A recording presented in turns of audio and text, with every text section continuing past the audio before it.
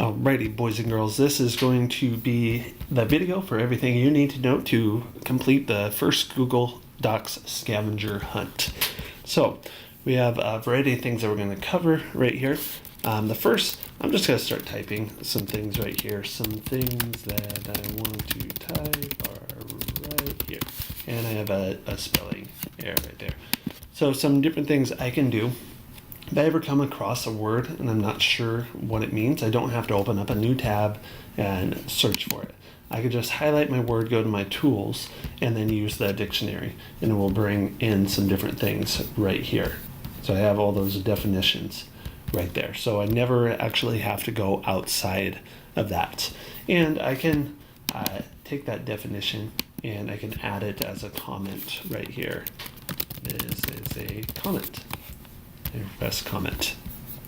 Some other things I don't need. If I want to use the Explore tool, I can do some searching right in my document, so I don't have to keep opening up different things. Sometimes it will be good to do that, but in some cases it might not. In fact, this one right here, the Explore tool, uses some artificial intelligence based on what's in your document right here. So if I had a longer document, it would be able to see some of the different topics that are in my document, which could help me with future research.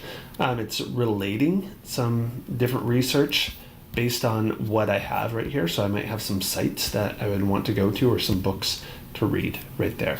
So I could obviously use this as well. So if I wanted to search for something like a mountain, I could find some different things right here, or images, or I could even search in my drive. Do I have anything for mountains or things like that?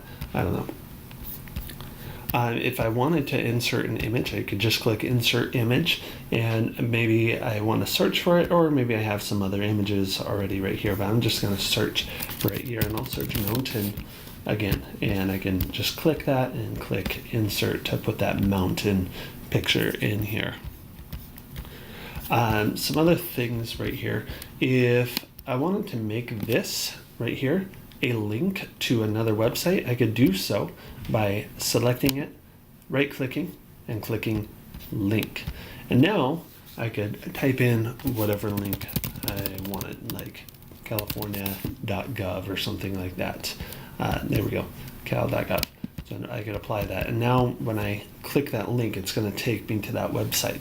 But it's not, the text isn't ca.gov, it's this right here. So that makes things really nice. Like if you ever wanted to say like, hey, click here, you can do that. Sometimes I would want to use a table, so I'm going to insert a table, and I have the different columns right here, so how far across it's going to go, and the rows, how far down it's going to go. If I made a mistake and I needed to insert or delete a row or column, if I just right click, I have the options right here. Insert a row above or below, or insert a column to the left or right, or I could delete this row or delete this column. So some different things that I could do right there. All right, next thing right here, let's see. If I wanted to see how many words are in my document, that's gonna be in my tools right here. And I can click word count, and it's gonna tell me how many pages, words, and different characters. So that just gives me some analytics on my typing. This is great for essays if you're looking at like a word count or anything like that. Some other things, if I wanted to use some special characters or anything like that, or equation things for my math, I could do that right here. If I click special characters, I have a variety of things, different symbols like arrows, things like that. I could use some emojis. I could use some different numbers. There's some different things that aren't showing up right here because I don't have that font loaded. I can choose, fractions, so things like that. And I can just click, boom, and there it is. A couple other things, if I wanted to create a header is just something that appears on each page, and it's the same thing on each page. If I click Insert, Header, and Page Number, a header, I can start typing in this top margin right here. And oftentimes you're going to be required in MLA formatting to write a line and type your name, and then insert the page numbers. Now I don't want to press the number 1 right here because this is going to go on every single page. So if I put 1 on there, that means 1 is going to be on every page. It's not going to change to 2 because it doesn't know that that's a different page number. So I actually go to insert header and page number, and then I have my options right here. If I have a cover page and I don't want that to be called page 1, I would choose this one, but in this case I'm just going to choose this. You'll see it's gray, meaning it's a variable. So that means if I start typing some text, it changes to 2 right there.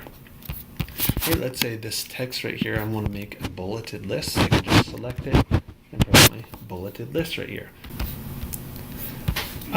Let's say I wanted this text. I'm going to get rid of this picture. I can center align it. So I have left align, everything's aligned right here. I have center, everything's aligned in the middle. And then I have right, everything's aligned right here. And then justify, which just means that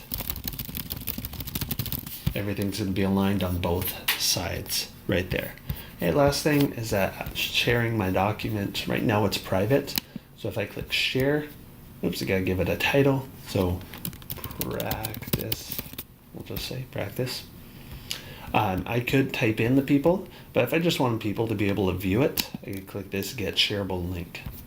Now, because we're in a G Suite for Education, it's going to change it to anyone at Central Valley Christian School. That means within our organization can view. But if I wanted to make it more public, I could click more and then click on anyone with the link. And that means that they don't actually have to sign in. This is great for when you're putting things on your portfolio and things like that you want other people to see. I click save. I got the link right here, and now I could paste it anywhere I need it. So that's going to get you through your first scavenger hunt.